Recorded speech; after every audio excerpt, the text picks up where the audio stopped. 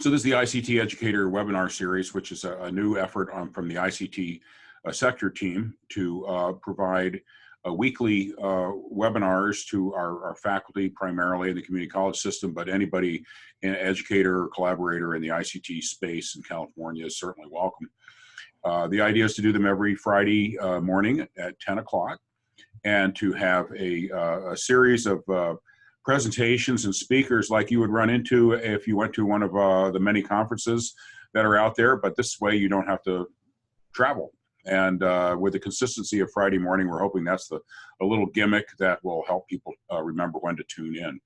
As you can see on your screen right now, today is April 26th, so we got coming up after today's one on the WASTC support, we're going to have a cybersecurity competition call next Friday where we wrap up how that whole Mayor's Cup thing went and talk about the future of work supporting cybersecurity teams. The following week, LinkedIn Business. LinkedIn will show us how to enhance your business engagement using their alumni feature and other capabilities. We'll be taking another look on the 17th at NetLab, a user group, and how using that technology can help you with your classwork. Then on May 24th and May 31st, the last two in the series for this spring, we're going to take a break in summer. 24th will be a job market update from the folks at Robert Half, the creative group. Because we're always, question is, what the heck do people do in digital media and what kind of jobs are there? So they're going to talk about that because they recruit for that. And then the following week, we're going to have Peter Coffey, who's been a keynote at the ICT Winter and the former Digital Media Educator Conference, is going to talk about the future of technology, and we're kind of calling that getting our reading list for the summer. So we've got a lot of good things coming up. Looking forward to that. And today, though, we're going to talk about WASTC, and on the call today are Karen Stanton and Richard Grotegut, who have been pretty much the anchors, drivers, leaders. I mean, if there was a wagon train west, they're the ones who are telling us which way to go. And I know from my experience in talking to both of them over the years, and my experience with Cisco, because I was once with GTE Verizon and helped respond to Cisco's desire to put in an academy at Oxnard College. And so I was one of the employers saying, yes, we'll hire those people if you train them.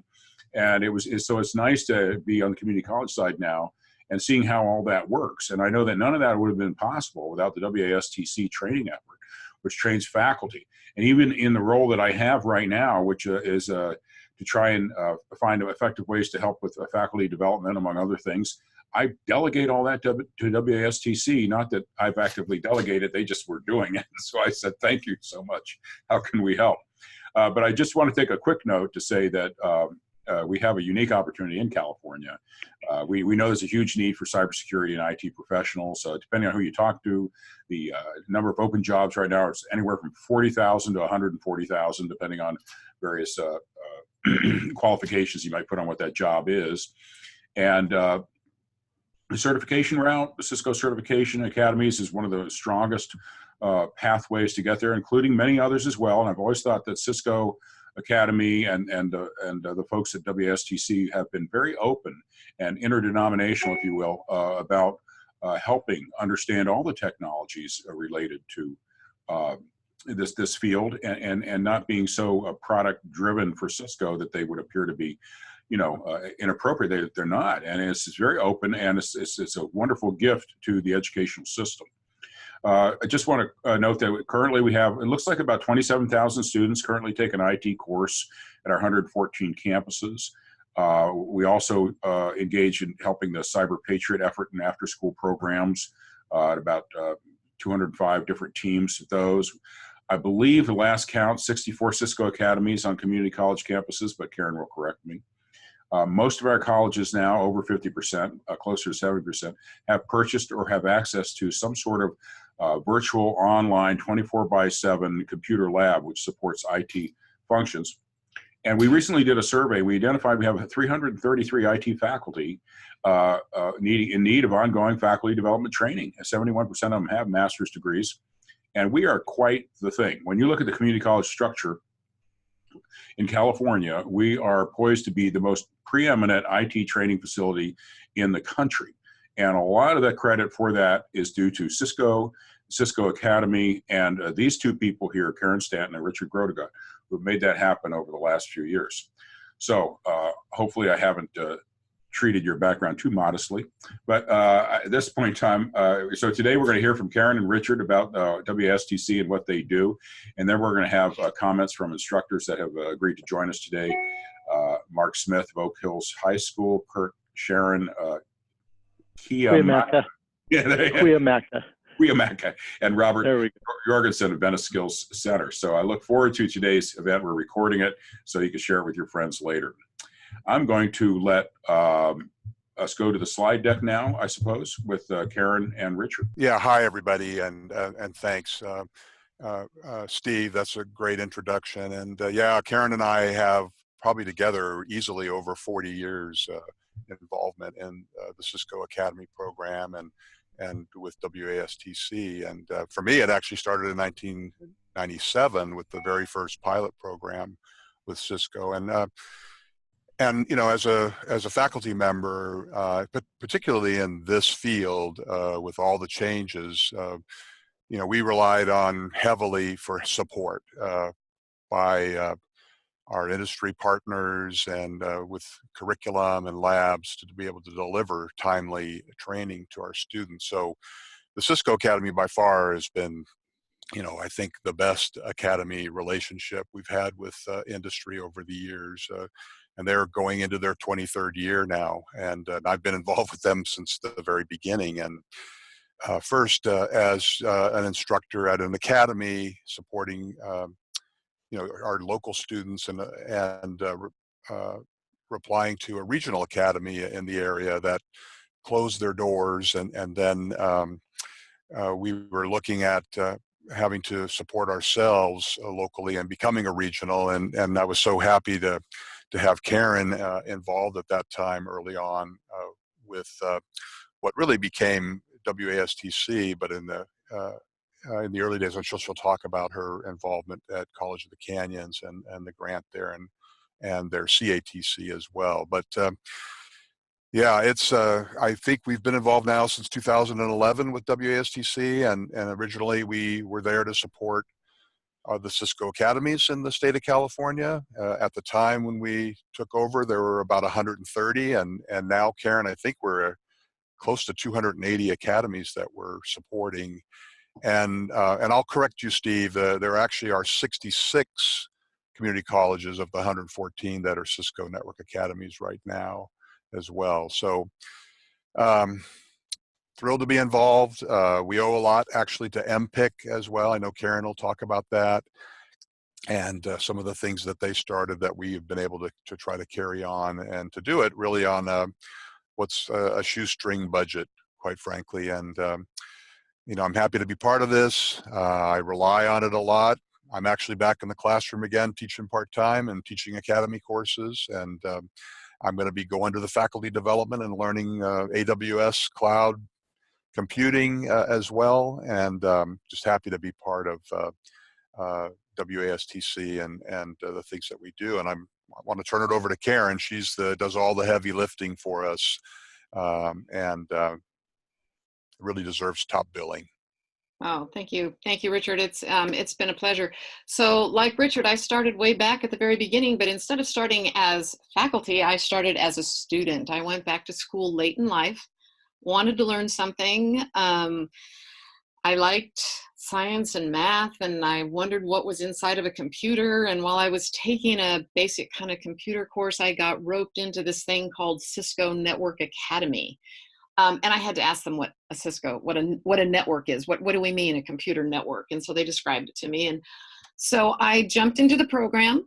I found it very interesting and challenging. And I ended up with some very nice industry certifications. And the program that I was in was at College of the Canyons down here in Southern California. The CREATE grant group, Kathy Alfano, managed that, is the one, that is the grant group that actually funded these types of educational programs for 12 community colleges down here in Southern California. And so I was actually in her program. And so she was keeping a close eye on the students there. I was doing very, very well. Um, and Cisco got in touch with Kathy and said, hey, we need a new CATC, which that's just an acronym. It's very similar to what we're doing now at the Academy Support Center. So I'll just call it Academy Support Center. It was a little bit different that way. And she said, well, I don't mind doing this. We'll support the academies in this area, the area being California and Nevada, as long as I have someone who understands the technology and can basically run it. And so she brought me into her office and asked me if I wanted the job. And I was like, really? Wow. Okay. And that's where I got started. And it's been just a really wonderful adventure from that point on. I continued my education. I worked getting to know the Cisco academies in California and Nevada. It gave me a really nice close touch with the community colleges that were engaged with Cisco academies. I got to travel to go see them, be on their premises, get to know who they were and what we were able to offer them in the way of resources and things like that. All the time that was hosted at the Create Grant at College of the Canyons. During that time, MPICT was looking to expand what they were doing. MPICT was the Mid-Pacific Information Communication Technology Grant run out of the City College of San Francisco. You probably remember them, maybe Pierre Thury and James Jones, Olivia Hereford. And they asked me to join them. They were working in Northern California and the Pacific Islands.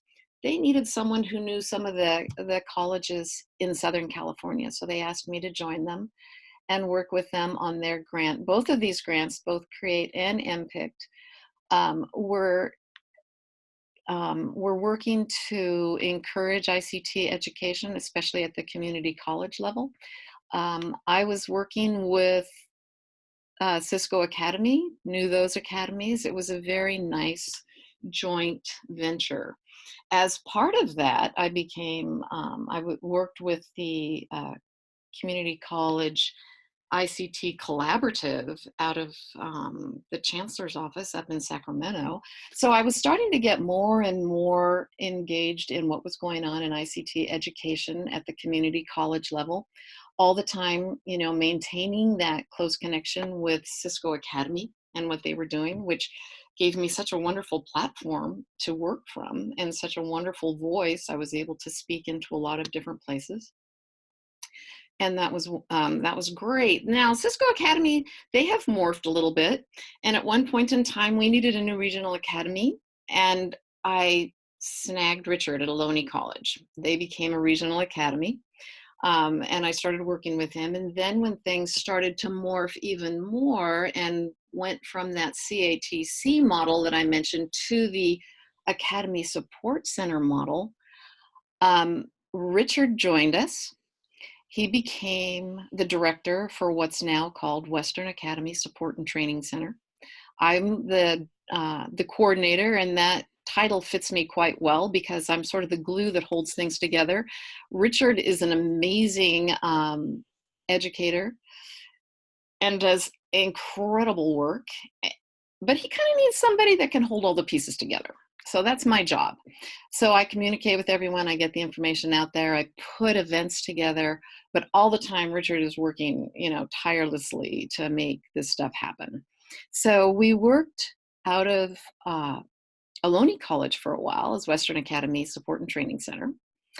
And then we ended up moving over to our home now, which is Diablo Valley College. So you can see we're very well connected to the community colleges in California. At this point, we do support, Richard, sorry, not quite up to 280. We're at 167 academies that we support. We are supporting 66 community college academies.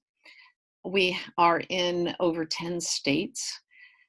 We do a lot with high schools and a lot of other community colleges in other states, and even some four-year schools. Cisco Academy is just really growing great guns these days. So it's kind of busy keeping our hands on everything. So I continued the grant group, the create group ended changing. Their emphasis now is renewable energy. That doesn't exactly fit what I do. So I ended up moving out of their grant, fully working for the Academy Support Center, and then also working part-time for MPIC. During that time, MPIC was in the process of sunsetting. Their grant was ending. They hosted a couple of very cool events each year. One was the winter conference, and the other were the summer faculty development weeks. I helped them produce those and work on those and develop them. So I had sort of a bit of an idea what they were. And you'll see that because, I mean, we've modeled what we do after the work that they had initiated. On a much different budget, mind you. They were able to invite everyone, pay their registration, pay their travel and all of that. So when we took over, it was kind of like, ooh, will this work? I remember Steve was definitely scratching his head saying, ooh, I don't know if we can do this, but we were willing to give it a try.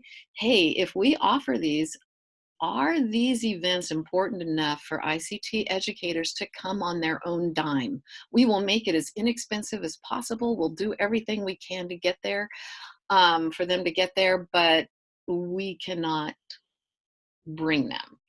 And that experiment actually worked. So anyway, this last little bullet point here, Cisco Academy, we are the Western Academy Support and Training Center. We are a Academy Support Center, which means we provide support and help to any Cisco Academy that is aligned with us. If they need something, we're their first line of defense. We are also an instructor training center, which means we're qualified to train instructors to teach the Cisco Academy content for their core courses. We have a fabulous team of instructor trainers. We have 7 of them that work a lot with us, and we're really one of the best in the nation. I'm sorry, I'm just bragging here, but it's true. So, all right. Does anyone have any questions about who we are, or maybe we should wait till later for that? Otherwise, we can go to the next slide. Yeah, just one, Karen. So can any college that currently has an interest in hosting an academy just contact you and see about how to do that? And if so, what do they normally have to go through to do that? Oh yeah, absolutely. They can always contact me. Any college, any high school, any 4-year school, even any like a nonprofit that's interested in education. Excuse me, they can contact me. It's not a difficult process. There's basically 3 high-level steps. There's a very short Cisco Academy application that you fill out. You agree to a very easy Cisco agreement, and then you set up your academy. You need to find and figure out who will be teaching the courses at your school, who will be the academy admins. It's all very, very easy. And it's really not expensive at all. And I can help with any step along the way. So yeah, I'm a good contact person for all of that. Thank you, Steve. Thank you. So professional development opportunities, like I said, I'm going to show you 3 of our professional development opportunities. Occasionally we offer something else, but generally it falls into just these 3. And the first 2 were definitely instigated by MPIC. So the winter conference, I like the conferences. I can't help it. I mean, they're a lot of work on the front end, but they're wonderful. I love attending there. The winter conference is a 2-day, day-and-a-half conference. It used to be usually up in San Francisco. It's so expensive to do something in San Francisco. Cisco has given us their buildings down in San Jose for free. The rent on the building is like $14,000 for the 2 days, and they give it to us. And they also give me a tech team to provide all the technology that we need, the tech support that we need to run the winter conference. It's just this huge, wonderful gift from Cisco Academy. They don't require that we only do Cisco Academy IT stuff. So we just, we go broad and we offer as much different ICT opportunities as possible. So this is what we did last year, so you can see a little bit about what the flavor of the conference is. It was the 4th year that Western Academy supported it without help from MPICT. So, we've got 4 years under our belt here. We always have some keynotes. We look hard and wide, and I think we've usually come up with some pretty excellent keynotes. Last year we had Peter Coffey, who Steve mentioned this morning a little bit earlier, from Salesforce, did a keynote as a bit of a futurist. And then we always have a favorite, Laura Chappell from Wireshark U. She's a favorite. Cisco, I like having a keynote from Cisco, seeing what they're doing and where they're involved. And then we also did a work ethic keynote, which was pretty cool. So we have our keynotes, we have breakout sessions. And so for the breakout sessions, we ask for involvement from everyone. So we offer the opportunity for anyone involved in ICT education to submit a presentation proposal. The sessions are usually like 50 minutes long. And you know what, especially the last 2 years, we've had definitely more proposals than we can fit into our 50 breakout session workshops, which is a wonderful problem to have, but I always hate it when I have to turn down a session. So one of the things that I learned from Kathy Alfano way back in the Create days was that really the magic comes from the collaboration between all the educators that attend these events. Educators need time to rub shoulders, they need time to chat, they need time to share their pain points, they need time to share the wonderful things that they do, that they've learned how to do. And all of that happens during these events. I make sure that we have like really good food, because it's more fun to be in an event when there's good food. And it inspires conversation and it keeps everyone happy. And then they're more likely to share both their pain points and the wonderful things that they're able to do. So we do that. We also definitely make sure that we have industry reps there. So you can see some of the few that are usually always there: Cisco, Salesforce, Red Hat, NetApp, AWS. Unfortunately, to this conference, I cannot invite Palo Alto. I'm sorry. They're just too much of a competitor with Cisco. And being we're on the Cisco campus, we have to be nice. So we don't. Not that I don't appreciate what they do, but I just can't invite them to this event. So that's what we do here at the Winter Conference. This year, this upcoming conference, 2020, the dates are January 6th and 7th. It's a Monday and a Tuesday. It's a little different, but it's because of where the New Year's falls in, and trying to avoid everyone's social schedules and things like that. Questions, Steve? Do you have any questions about the Winter Conference? Is there something I missed here that? I would like to comment, though. I've said this many times before, but having been employed at GTE and Verizon in a market product development role, I went to Interop and all the major conferences for years, always on the company dime. And then even when I took on this job, I would continue to go to Interop and some of these others, and you end up paying. By the time you pay for your hotel, I mean, the flight there from here is no big deal, but Vegas, but by the time you end up paying for the hotel and the conference and the full conference fee and all the speakers and everything, you're out $4,000 or $5,000. And usually it comes down to 2 or 3 panels that you went to that were especially meaningful, or this, that, or the other. And what's always amazed me is I get as much or more value out of the 2-day ICT Educators Conference that I forgot how much you've been charging the attendees. It's $100. $100. We charge $100. Like I said, we try to keep it inexpensive so that as many people can come as absolutely. And you get a good deal on the hotel and everything else. So total out of pocket round trip's going to be maybe $400 at worst case. And so it's an incredible deal. And I'm very glad that you do this. And the values and the people that you bring and the spirit of sharing and talking. It's nice to meet our high school counterparts as well as our community college folks. It's a terrific conference, and I think you've done a wonderful job for years. And I hope you continue to do it. Thank you. Yeah, we hope to too. We're planning on it. One other thing that I do want to mention, because Steve said something about the community colleges and the high schools, those relationships are so, so important. So there have been a number of like articulation arrangements that have been started at these conferences, just simply because the high schools have a chance to sit down with their community colleges and start working out some of these things, and then find out, oh yeah, we're doing the same kind of classes. Oh yeah, sure, we can put this together. We can put that together. Let's make this work. So it's amazing how many of those types of conversations take place during these conferences. That's just part of the magic. So the faculty development weeks, these are a bit different. They're full week-long events, which means that an educator can go to a very in-depth 4.5 days of study in one topic. We're offering 2 of them this year.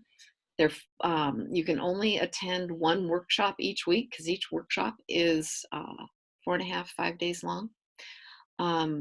We try to find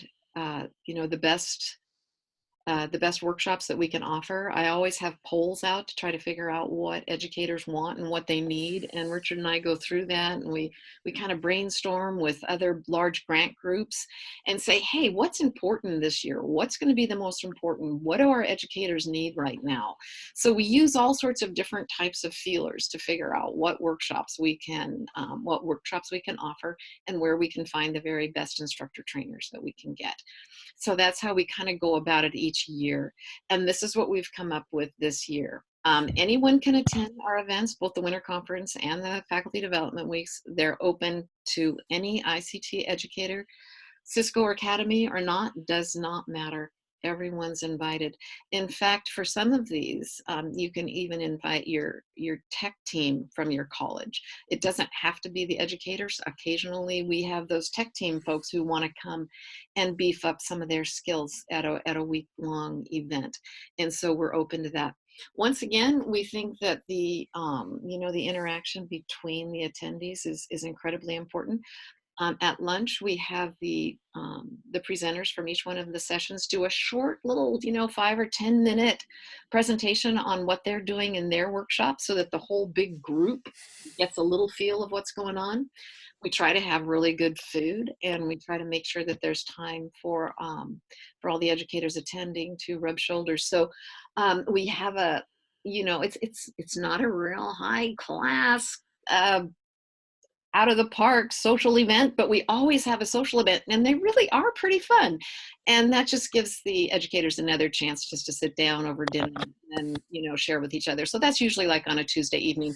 Lunch is usually really good. There's lots, it's a noisy group, which is the best thing in the world. Everyone's chatting and talking, and I love that. And then at the end of each of these events, we always have a raffle. Hello.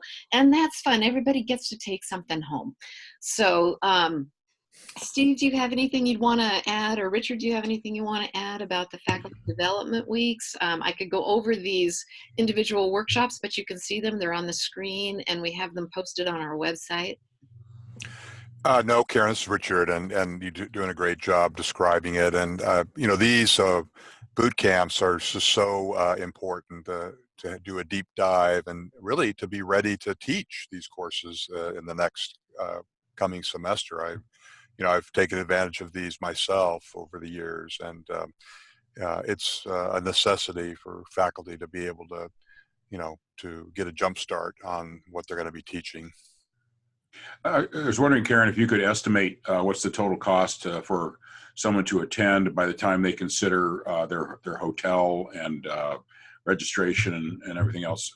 And I'm not so worried about travel. I mean, people figure that out themselves, but right.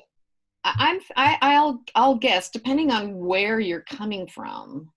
Well, the hotels are going to run, let's just say, and this is high. This is very high. Let's just say rounded up to $200 a night. The registration cost is $100. Again, we try to keep it very, very inexpensive. We provide a light breakfast. We provide a very solid lunch and snacks. But if you want to go out to dinner that night too, you can, no problem. I mean, that's up to you, and it's on your dime. But if you don't want to, you could just get a light little something, because we're going to provide a very nice lunch. So I think you could probably get away with like $1,000, depending on travel. And it's a full week. where are you going to get a full week of in-depth instructor training for registration costs of $100? No, this is an incredible deal. Pretty incredible. Yeah. Yeah. And I have another slide that shows this, but in the past years, we've had a lot of support from some different grants that help us out. So we don't do this completely on our own. Western Academy is self-supporting. We have to come up with our own funding. We are not grant funded by any means. We have to do that all ourselves.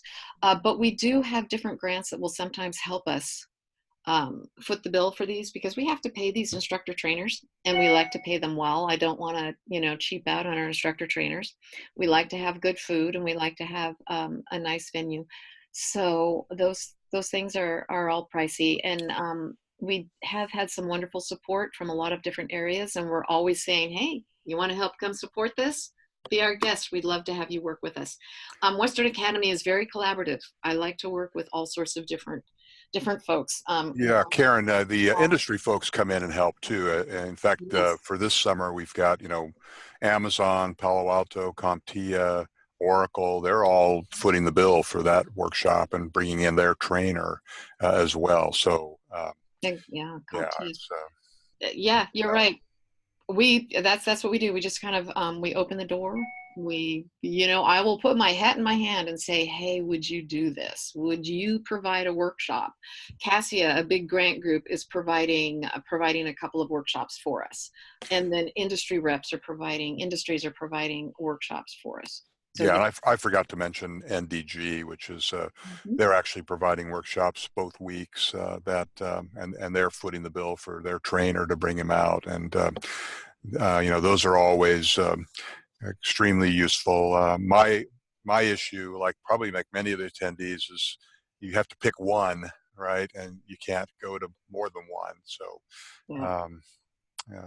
but yep.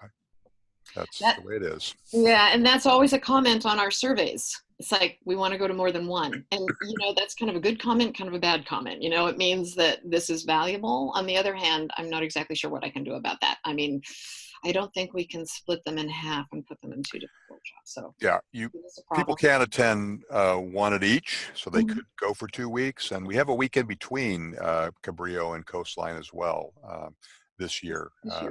Yeah. Yeah. Richard, my solution to that is send multiple faculty. There you go. Yeah. Absolutely. Absolutely, we can do that.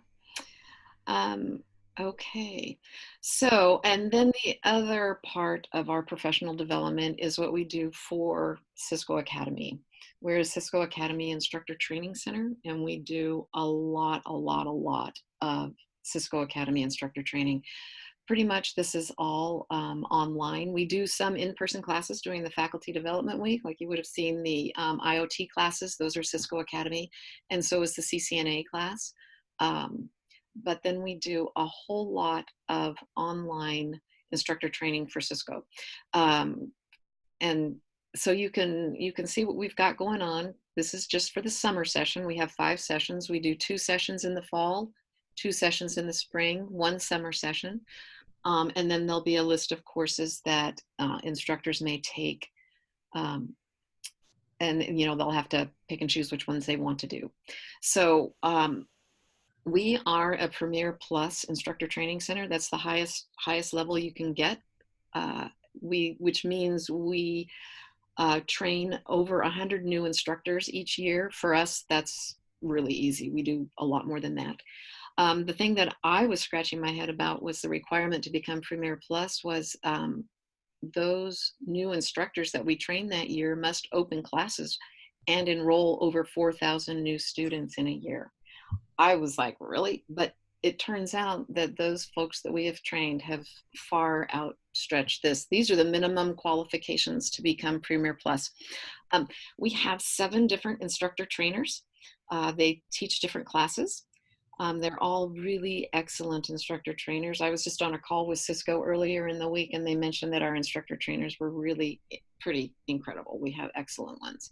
So also, if someone needs something that's not set in our schedule, I can frequently make it work for them by putting together an ad hoc class, finding an instructor trainer that's willing to do it. So I like to be very flexible. One of the things that's kind of a philosophy of mine, and I'm sure Richard will agree with this also, is I think ICT educators work really hard, and Richard is one of the ones that works really incredibly hard. But that's just, I think they work very, very hard. And anything that I can do to make life even a little bit easier for them is worth doing. So that's just my own philosophy, and that's the way I like to approach the work that I do and what we do here at Western Academy. So anyway, so you can see this is our instructor training schedule for the summer. Just one part of it. You can find all the rest of it on our website.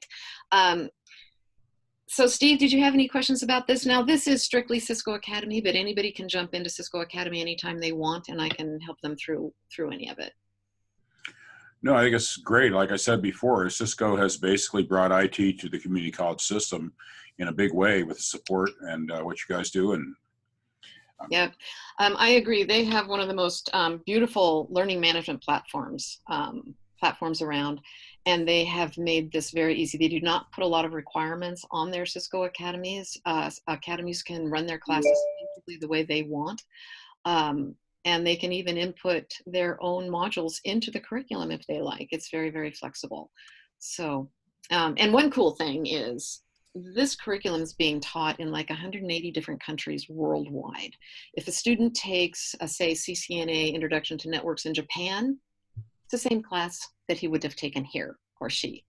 If they take CCNA Introduction to Networks at high school, it's the same class they would take at the community college. Maybe it would take a little bit longer, like a full year instead of a semester or something like that, but the content is the same. It keeps it so nice and consistent, and Cisco's determined to keep their curriculum mapping directly to the industry certification tests. That's also, I think, very, very important. So, okay, we can go to the next slide. Thank you, Nicole. So our impact, I think I talked a little bit about this. We have been just keeping track since 2014. We have hosted over 180 instructor training classes, and we've trained bunches of instructors. All the other ICT educator events you can see for the faculty development weeks. This is, not all of them, just the ones that we've hosted. There's been like, close to 900 educators attending, and for the winter conferences, we're getting real close to 1,000. So, just for this little small entity that's definitely hosted at Diablo Valley College, they provide such an infrastructure for us. So we're definitely a small entity nestled in with the community colleges, and I think it's just pretty cool that because of this public-private partnership with Cisco Academy, with other grants, with numerous other community colleges, we're making this type of an impact. So I'm pretty excited about that. I think that's pretty cool. One of the things I do want to mention too, because I didn't and I should have, those faculty development weeks, we're hosting them at Coastline College and at Cabrillo College, and they are giving us their campus space for free. So that's huge. Generally that campus space would cost an awful lot, and that helps us keep all the costs low. So they're dedicated, these guys. Thank you. Okay, we can go to the next slide. Like I said, we can do this because we get lots of help. All sorts of entities. Diablo Valley College, they're the host for Western Academy. They're wonderful. Cisco, wow, they provide such an infrastructure, such a wonderful platform. All these different grant groups and the colleges and the sector navigator and industry. Without any one of these, we wouldn't be able to make this happen. So I just want to say thank you for all of those who help support what we do. Yeah, huge thank you. And I also want everyone to know that it's not just Western Academy, not just our ideas. It's a group, huge collaborative effort. So.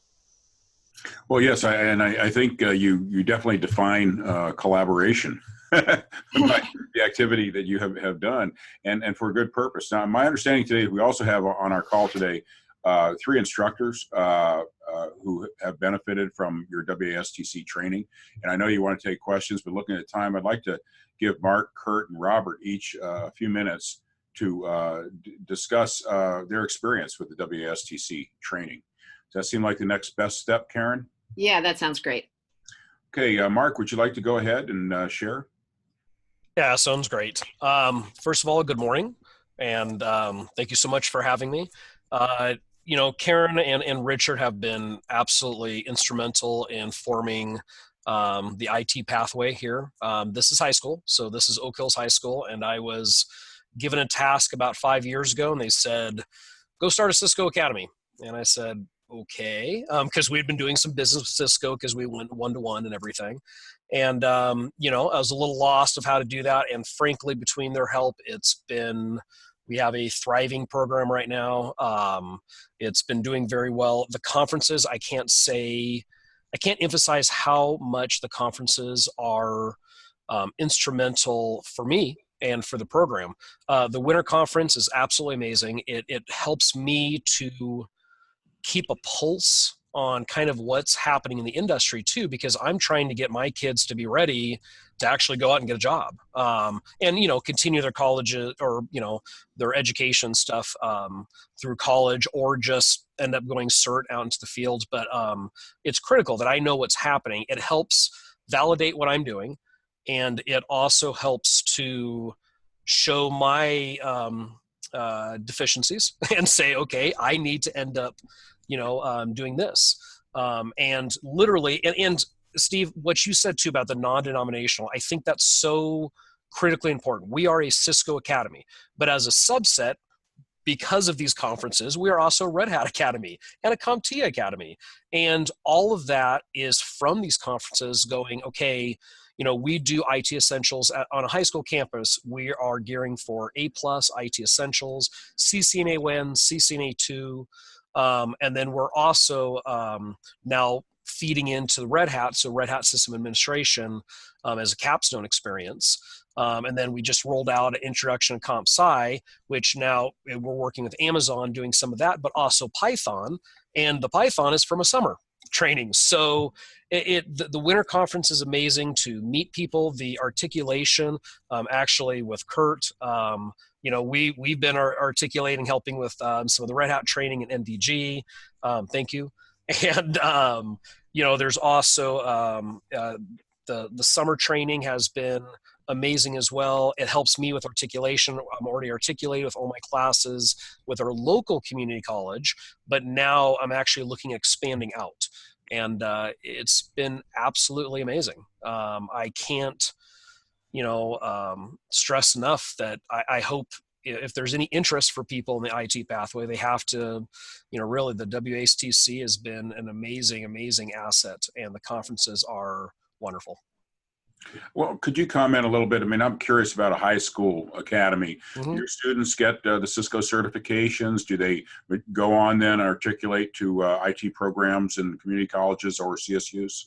Absolutely. So we just rolled out the kind of full pathway, as it were, and I'm still tweaking it continuously. So we have 4 years. The freshmen, actually, we're right now looking at getting them certified in ITF fundamentals, and that's working with cyber, actually the Deputy Sector Navigator of the local region for a lot of grants for that, which is awesome. Thank you. So we're looking at getting freshmen with an ITF Fundamentals Plus cert. And then the software is A+ certification and IT Essentials. And then CCNA 1, CCNA 2, and then going for the Cisco CCENT. And then also option to go off for Red Hat System Administration. And it's from there. So theoretically, as we're putting this out, coming out of high school, they can have 3 certifications. And to me, that's absolutely amazing. And then from there, they're moving on to community college or local community college, finishing up if they're doing the network pathway and such, they're finishing that up. I have many going down to Cal State San Bernardino. I'm a program advisor there for the graduate program for instructional technology, but a lot of them going cybersecurity. And again, the conferences push me towards this. So because of these conferences, I'm like, I need to start teaching cybersecurity. So as a club, we're actually doing cybersecurity, Cyber Patriot. We just did the Mayor's Cup. I don't know if I can share my screen here. Let's see if this is sharing. So this is just This is Pico CTF, Carnegie Mellon. Some of my students working on this. Again, I think that was Pico. This is my gold Cyber Patriot team. They made it to semifinals. We also got one team in platinum. This is our Mayor's Cup. We won third for the Inland Empire Desert Region. Yay. This was a particular security question that they were having trouble. IT Essential students working, doing some of the cleaning. This is, again, IT Essentials. It's been CCNA happening right here. That's actually our first CCNA 2 student. Yay. Because it's the first year rolling out, and the next year we'll have quite a few more in CCNA 2s. So it's been, this is, and even right here, you're looking at a couple. So 2 of those are freshmen, and they're in the Introduction to Computer Science, and the one standing is in CCNA 1. So it's this great thing, and they ended up teaming up for the Cybersecurity and Cyber Cup, which I'm very excited that that's actually, happening there too. And stop share. There we go. So yeah, and they're rolling out to the community colleges. They're rolling out to the Cal States. I've got students off at the UC system. It's been amazing. This is it's a goosebump moment listening to you talk about those kids, because I mean, that's pushing it down, and even eventually to middle school, so depending on skill sets. But I think capturing students' imaginations before they vary off on some other track, and Thank empowering them to learn that they can do it. It's great work that you're doing. It's good to hear from you, Mark. you. I'd like to ask Kurt to share some of his experience with WSTC from Kiamaka College. I'll get you to pronounce that correctly one of these days, Steve. It's Kiamaka.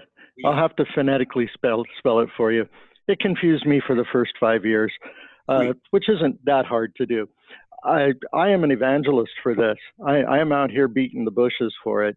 This has made such an impact for my faculty that over the last 5 years, I have quadrupled our budget just simply so I can send multiple faculty members to these meetings, specifically for the purpose of getting the training, getting connected to what's going on in industry, what the trends are going to, and bringing that back into the classroom.